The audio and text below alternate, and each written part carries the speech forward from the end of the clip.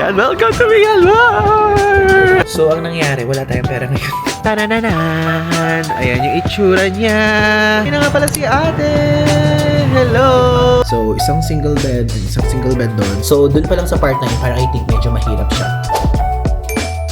Hello guys! I'm back again with another vlog. At ngayon, nabasa niyo naman sa title, tayo po ay pupunta sa ating 41st country sa tinatawag na the Golden Land because of covered usually ng gold yung mga temples nila and pagodas. At ngayon, pupunta po tayo sa country na Myanmar! And nakakatuwa kasi guys, 41st country na tayo at lahat ng yan kasama po kayo. Guys, ngayon po is 8:23 a.m. February 14. Ayan. Happy Valentine's Day, everyone! So, maligayang araw ng mga puso. And pupunta tayo ngayon sa Don Mueang International Airport. And from Bangkok, tayo manggagaling going there sa Myanmar. And take note, kasi merong mga iba't ibang ways para makapunta sa Myanmar. Basically, dalawa yung main. So, number 1 is yung pupunta ka doon sa Yangon, or yun yung mas famous na ruta. At yung pangalawa is pupunta sa Mandalay. Pero tayo, sa Mandalay tayo pupunta. Kasi, meron tayong pupuntahan na lugar na i-explain ko sa inyo along the way. Malalaman nyo dito sa vlog na to. And usually, ang pinupuntahan sa Myanmar kapag nakikita nyo sa mga travel vlogs ng mga foreigners or even Filipinos out there is Yangon, Bagan, Mandalay. Yan usually yung pinupuntahan, yung tatlo na yan. Yan ang masasabi nating trifecta. Yan yung tatlo na sikat. Okay, sa bansa na yon. Pero may pupuntahan pa tayong iba. Okay? So ngayon, samahan niyo ako. Let's go! So, andito tayo ngayon guys sa Spitz Hotel dito sa Bangkok. So, if ever kung hindi nyo pa napapanood yung vlog about sa Thailand trip natin together with the parentals, is panoorin yung previous vlog. So, merong dalawang vlog na kasama sila, which is yung Hong Kong. Na-invite tayo ni Hong Kong Disneyland. And also, yung quick travel natin dito na 4 days and 3 nights sa Thailand. Okay? So, if ever, pwede nyo panoorin mo na yun before this one. And iniintay ko lang yung something about sa email. And pupunta na tayo doon sa ating airport. And alam nyo, share ko lang din, pagka pupunta kayo ng Myanmar, kung Pinoy kayo at ang passport nyo is Philippine passport, pwede kayo makapag-stay sa Myanmar as long as hindi kayo mag-i-stay doon ng 15 days. Dapat maximum of 14 days lang. Okay? So, visa-free yan. And together with other ASEAN countries, meron naman tayong mga agreement na visa-free na stay sa kanila with a certain amount of days. So, sa Myanmar, 14 days or lesser. Kunyari, kahit mag-day trip lang kayo doon or kung gusto nyo, maximum 14 days or 2 weeks, pwede yan. Kayo na bahala, okay? So, ayan guys, nagbubook tayo ngayon from dito sa Spitz Hotel, papunta dun sa Don Mueang International Airport. Ito yung price, 547 baht yung babayaran natin. Medyo malayo siya ha, hanggang dito sa side na to. Yeah, meron na. Let's go!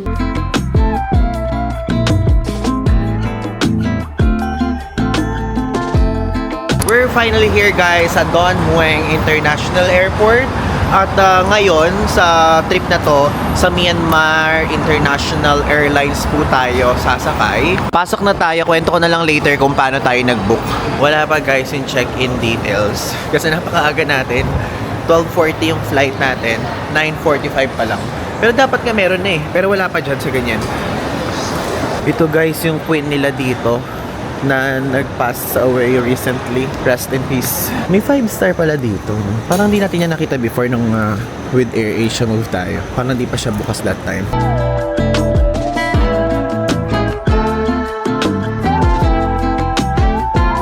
Nakalagpas na tayo guys sa screening, saka sa check-in area and also sa immigration. So far, tinanong lang sa atin is kung visa-free daw ba tayo sa Myanmar. Sabi ko, yes, visa-free ang Philippines sa Myanmar. So, ito, sabay atin. Gate 14 tayo eh. This one. Ay, hindi, Yangon yun. Ito tayo. Gate 14. So, 8M361. So, ang airline code nun, no Myanmar Airways International is 8M. We're here na sa boarding gate. I'm so excited. to visit Myanmar. So guys, di ba, andito na nga tayo ngayon sa boarding gate. And gusto ko lang i-share sa inyo na doon sa check-in counter, binigay itong arrival card.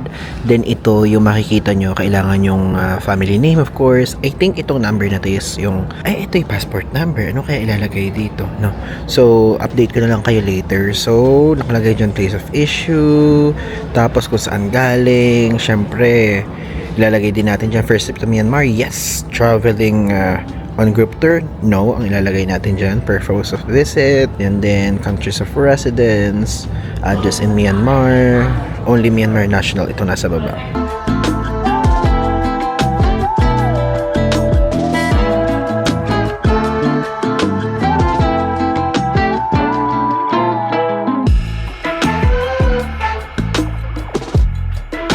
Mandalay International Airport, welcome to Mandalay. The local time now is 5 minutes to 2 in the afternoon. Please remain seated until the bus at Sivasai is turned off. Okay guys, welcome to our 41st country! And andito ngayon tayo sa Mandalay International Airport. Go! Actually guys, medyo itong airport part, baka hindi tayo makapag-vlog ng madalas kasi may mga areas na pinagbabawal daw dito yung pag-video. Okay, balikan ko kayo kapag pwede na. Tapos na tayo guys sa immigration. Kwenta ko na lang mamaya. So ito yung itsura ng baggage belt area dito. So dito yung DMK and galing Yangon. Ano ba yung MYT? Domestic flight I think. So yan. DMK lang yung international flight na nagland dito ngayon. Ito yung itsura niya. Sa side naman na to. Okay, gaganon ba? O diba? Ayan siya. Okay guys, ito yung itsura ng arrivals hall area dito. So, unang-una, nakita natin may money exchange and also may taxi na area dyan na counter. Wala akong makita na ATM. So, kung paano tayo magpapalit ay magwi-withdraw. And share ko lang sa inyo, ito po ay hindi ito yung pinaka parang main nila. So, Yangon yun. So, ngayon nasa Mandalay tayo. Doon sa Yangon, yun yung unang mga nakikita ko mga vlogs na merong mga ATM. And meron din nakakapag-try dun mag-grab. Pero sa this airport wala. Ayan guys, yung itsura. Ayan, welcome to Myanmar! Dito na ngayon tayo sa Myanmar. Ayan yung itsura. Wait. Ayan, natalikod ko. Ayan, Mandalay International Airport. Ba tayo? Ayan. So basically, sinundo tayo ni ate at nung husband niya. Ayan. Grabe, it's giving ibang vibe dito sa Myanmar. Tignan nyo, yung sinabi ko lang sa inyo na covered ng gold yung ibang mga places. Ayun na, dito pa lang, airport. Yun nga lang guys, dito sa airport na to, I'm sure naman hindi kayo dito, dun kayo sa Yangon for sure. Wala siyang ATM and wala ding bilihan ng SIM card. Foreign exchange lang. Ganun lang.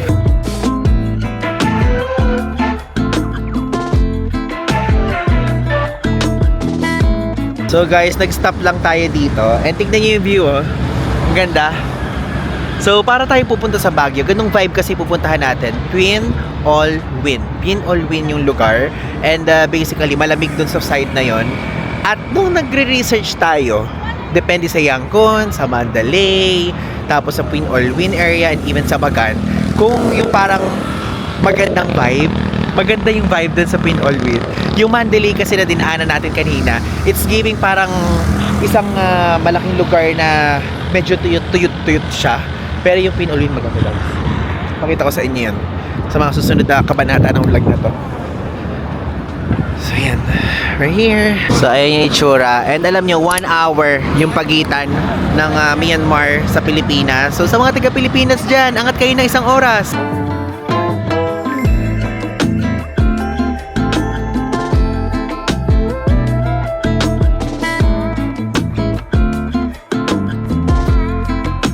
We're here na ngayon guys sa area ng Twin All Win. Nabubulil pa ako sa part na yon, so please bear with me dun sa part na yon. And ito po ang old name nito, or pwedeng also known as, hanggang ngayon naman ginagamit pa rin siya, is yung Maimyo.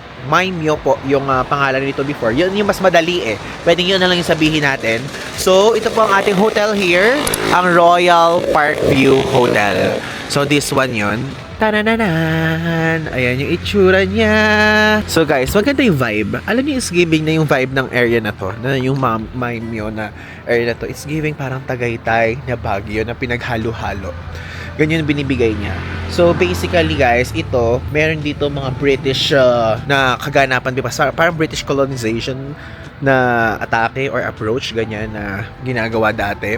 Kaya yung mga buildings dito, usually is parang may influence ng pagka-British. Papakita ko sa inyo sa mga susunod na vlog. So ito siya, Royal Park View Hotel. Pero hindi ko sa inyo muna ipapakita yung hotel room dahil kasama natin yung parents natin sa hotel room ngayon. Pero bukas, maghihiwalay na kami. Solo room na tayo bukas. Kaya, hindi ko na muna kayo room tour. Pero kasunod ng clip na to, papakita ko na agad because of, syempre, natutulog sila doon para naman magkaroon sila ng kapayapaan. Tayo lang naman maingay dito. Ayan siya. This is the hotel. Tingnan nyo, ito siya. Royal Park View. Your satisfaction is our service. So, ayan. Pin all win. Ayun yung spelling. So if ever guys, ang gusto nyo i-book to, pwede nyo siya i-book sa booking.com and Agoda. Yan lang yung pwede nyo pagbukan. Tapos sabi dito guys, ito pala napakatagal na ng lugar na to. Joke lang, hindi ko maintindihan talaga. Gusto ko lang sabihin sa inyo. Ayan, may calling card pa sila. Diba? Yung reception. Tapos ito.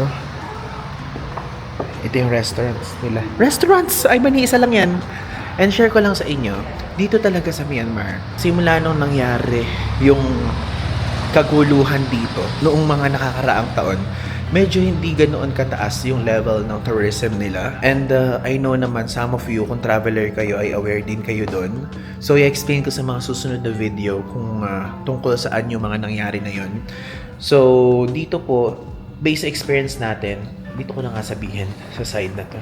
Hindi sila guys kasi ang inaano ko is sana usually a common practice natin, di ba?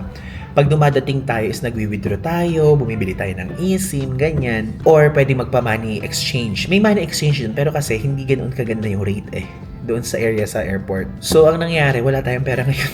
Buti na lang meron tayo ditong kapamilya kasi dito na ngayon base si ate So ang nangyari, hindi tayo nakapag-withdraw. So, meron na tayong pera. Binigyan tayo ng cash ng 100,000 Myanmar kyat.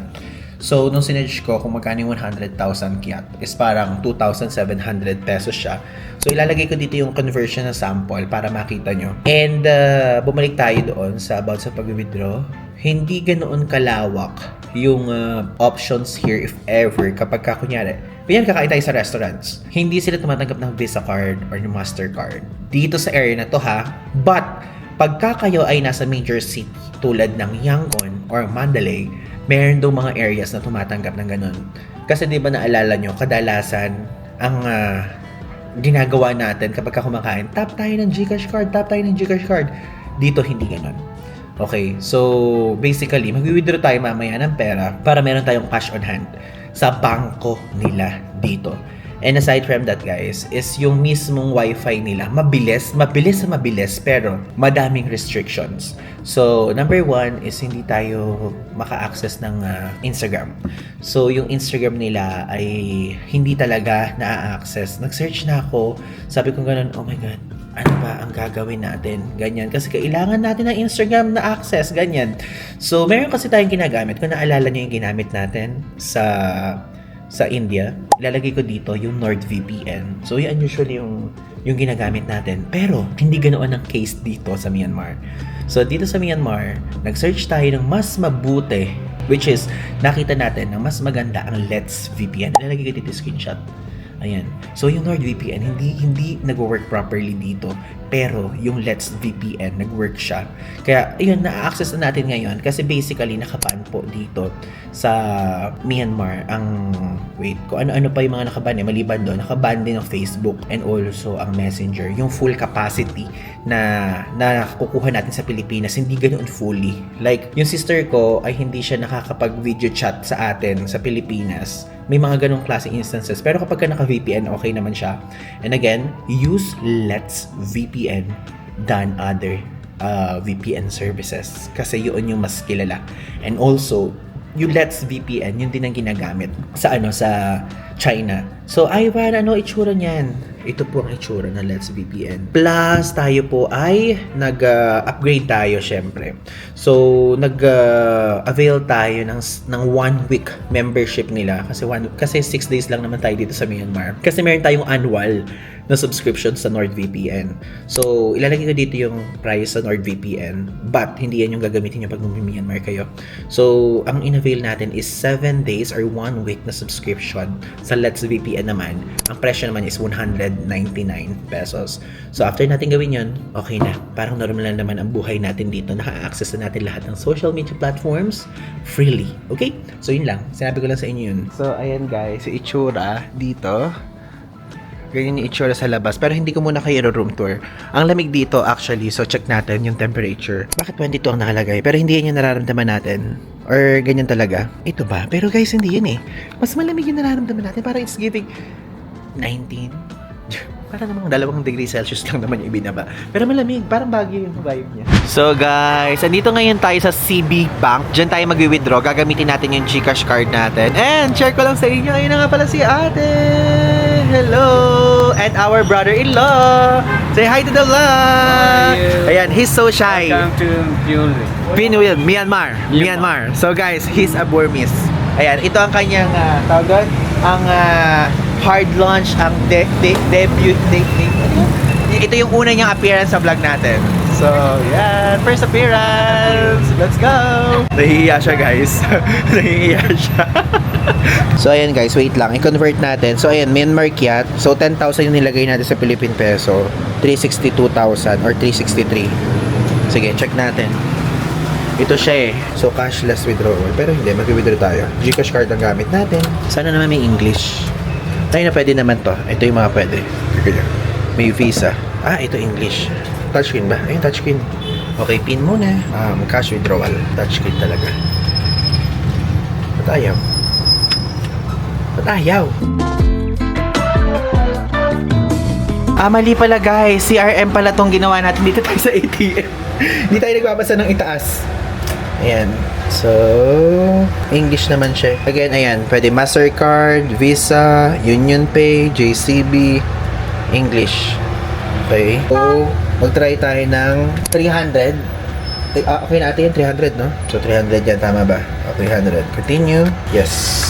Sana hindi decline. Ba't decline? So, decline po ang pagkapit natin ng GCash card dito sa CM Bank. CM Bank, ba't di mo kami pinag-withdraw? So, lipat tayo ng ibang bangko. Let's look for another bank.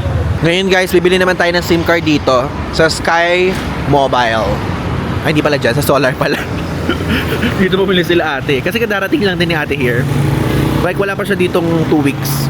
Ano, walang mga visa-visa nakalagay. Mga KBZ Pay, mga Wave Money, mga True Money, ganyan. So guys, ito guys ang presyo.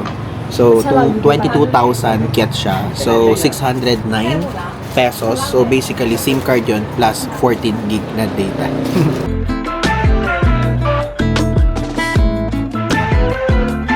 Okay, so guys, today is another day and ngayon ay i-room tour ko na kayo dito sa room natin sa Royal Park View Hotel dito sa Pin Aldwyn. And ito po, yung room natin ngayon is 2 single bed siya. Ang room natin kahapon, yung hindi ko na pinakita sa inyo kasi kasama natin yung parents natin, isang double bed na good for 2 packs and also ay isang single bed. Okay?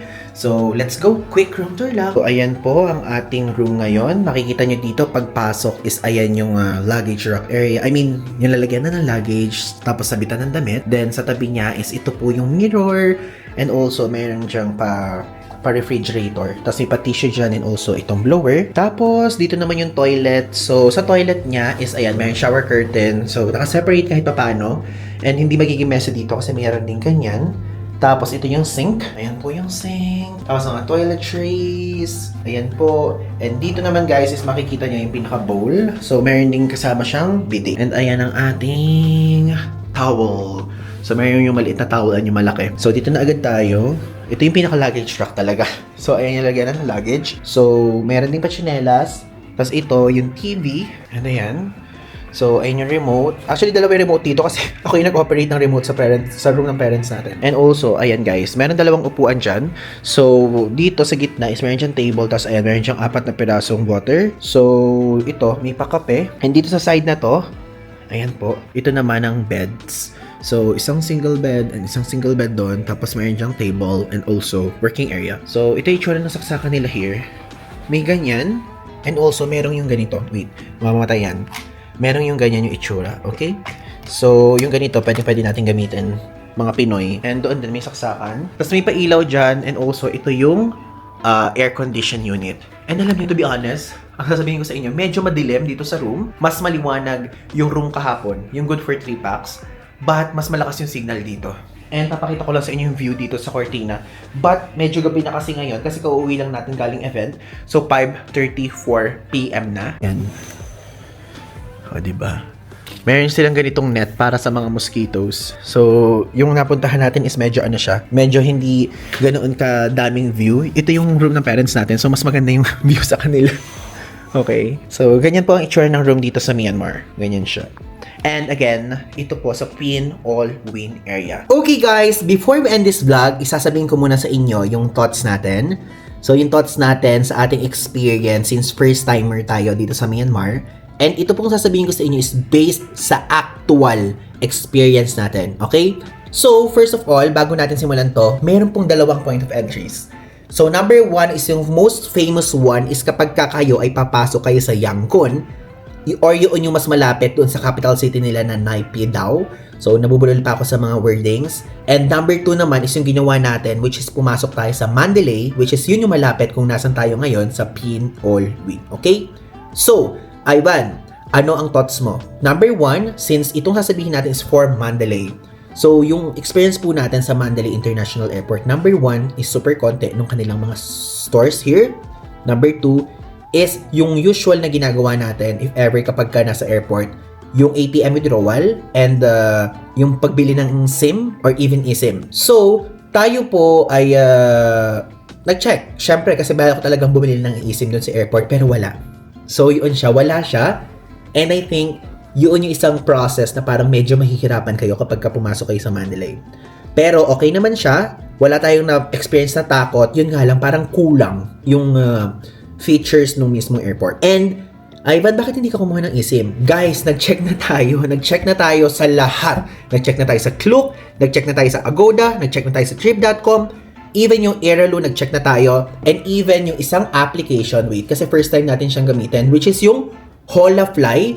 Ayan, Holafly. Nag-install na tayo ng Holafly. Dito, meron dito. Meron ditong eSIM, ayan, Myanmar nakalagay. Pero for some reason, hindi siya guys gumagana. Bumili pa naman tayo ng good for 6 days kasi 6 days tayo dito. So basically, $23 yung binayaran natin via PayPal pa nga. Pero hindi siya gumagana. Nakapasok siya sa eSIM natin, inona natin lahat, inayos na natin, pero hindi gumagana. So dun pa lang sa part na yun, parang I think medyo mahirap siya. 'Di ba? And the thing is, yung dun sa pinuntahan natin, which is sa Mandalay, hindi siya ganoon, I think, tourist friendly. I'm just being honest sa inyo. Pero doon sa Yangon, sa lahat na napapanood nating vlogs, is doon, tourist friendly doon. Meron doon kayong mga makikita. Which is, i-confirm natin yan sa mga susunod na buwan. Dahil, ngayon pa lang, sinasabi ko sa inyo, babalik tayo sa Myanmar. At ang entry natin is sa Yangon. Okay, ngayon pa lang, ala ng surprise. Kasi syempre, nai-announce ko na ito na yung 41st country natin.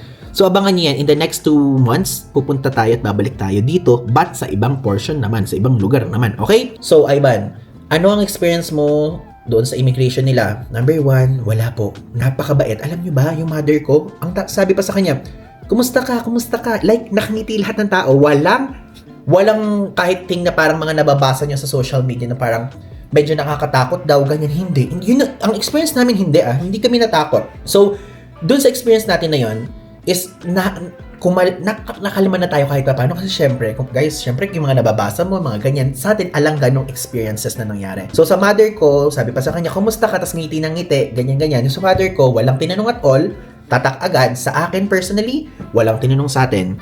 So basically, hindi sa atin tinanong hanggang kailan ka dito in English, ganyan or what. Walang tinanong, ano purpose mo dito, walang tinanong. So, nakalabas na tayo. And super bilis lang din ng pag-ikot. And ang experience naman natin sa Myanmar Airways International, International Airways ba? Or kung ano pa man yung mismong tamang name niya, okay siya, kaya lang medyo maalog. Though, syempre, hindi ko naman sila sisisihin yung airline doon kasi syempre turbulence yun yung mga ganung level, di ba? And yung mismong upuan, hindi siya ganoon ka, hindi siya ganoon ka nitignan, medyo sira, ganun. Medyo sira siya. Parang maihahambing ko siya sa experience natin doon sa Air India na nasakyan natin before. Okay? So, yun po ang base sa personal experience natin. But if ever, kung kayo guys, pupunta kayo dito sa Mandalay, meron pong isa pang airline na pwede nyo sakyan at magmumula ito sa Don Mueang International Airport or DMK or sa BKK or sa Subayna Pum International Airport.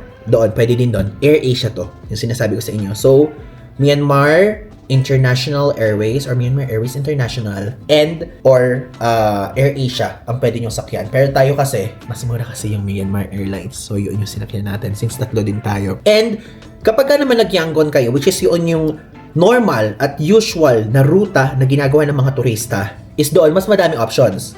Like, ilalagay ko dito yung options sa screen ng mga ibang airlines na pwede nyo masakyan. At, syempre, yun ang gagawin natin sa susunod. Okay? So, next, ano experience mo, Ivan, from Mandalay going dito sa Pinolwin? Ang masasabi ko lang, super smooth kasi syempre sinundo tayo dito ng ate ko and also ng brother-in-law ko and also ng brother-in-law ng brother-in-law ko. Okay, parang ayun, tatlo silang sumundo sa atin kaya basically super smooth na nangyari. Pero kapag kunyari magko-commute kayo, to be honest, hindi natin alam yung part na yan kasi hindi ito yung usual route na pinupuntahan ng mga turista. I'm just sharing this experience to you guys para maging updated kayo kung ano nga ba yung mga karanasan natin, ganyan. But kung pupunta kayo guys, pwede din naman kayong magpunta dito, ganyan. Kasi maganda dito, safe dito, parang Baguio City area. Papakita ko sa inyo sa mga susunod na part.